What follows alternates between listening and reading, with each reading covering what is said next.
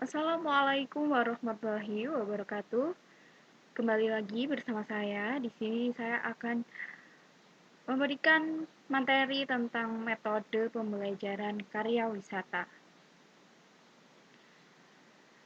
Dengan identitas pemateri, saya Nur Khofifah Indahwati, mahasiswa Prodi PGMI semester 5 Universitas Islam Malang. Metode karya wisata.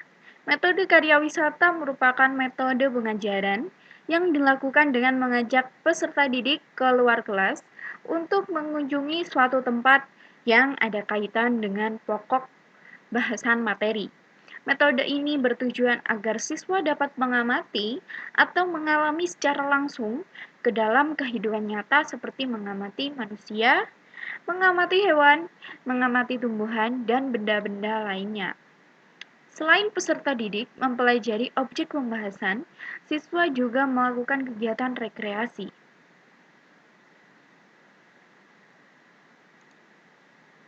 Adapun tujuan dan manfaat metode karya wisata.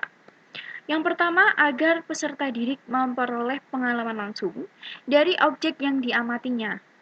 Kemudian, peserta didik dapat bertanya jawab dalam menyelesaikan persoalan yang dihadapi dalam pelajaran maupun pengetahuan umum.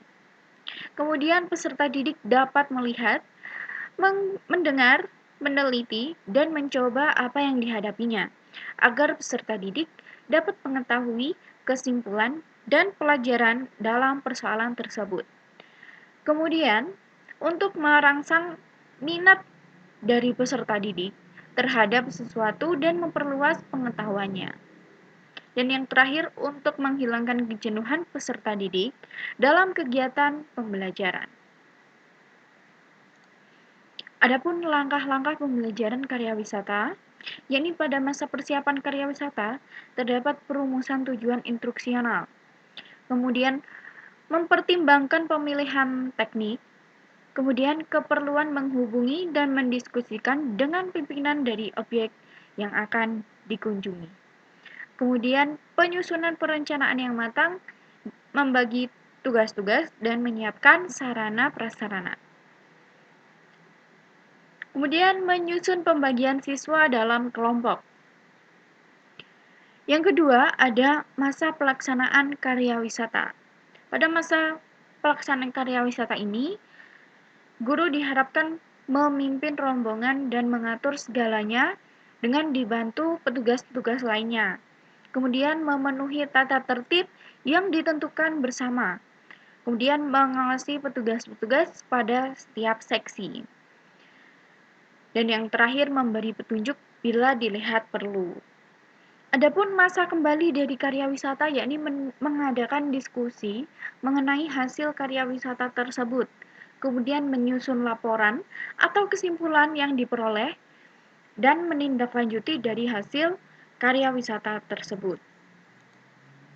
Adapun kelebihan dan kekurangan, untuk kelebihan, peserta didik dapat berpartisipasi dalam kegiatan karya wisata sekaligus mendapatkan pengalaman yang tidak ditemukan di sekolah.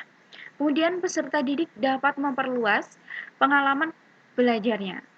Dan yang ketiga, peserta didik belajar untuk melakukan observasi dengan cermat dan membuat laporan yang baik dan benar.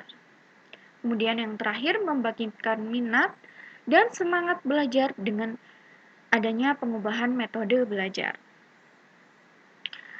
Adapun kekurangan dalam metode karya wisata ini, yakni kegiatan akan menggunakan jam pelajaran yang banyak sehingga dapat mengganggu jam pelajaran lainnya.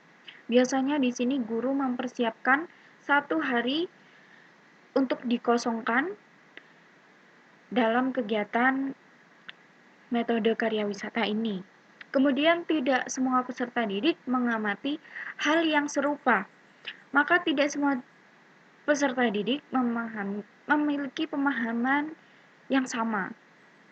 Kemudian kendala dalam menertibkan peserta didik, kemudian perlunya pengeluaran biaya yang lebih banyak untuk perjalanan karya wisata ini. Dan yang terakhir, bisa mengakibatkan kelelahan karena perjalanan wisata yang jauh.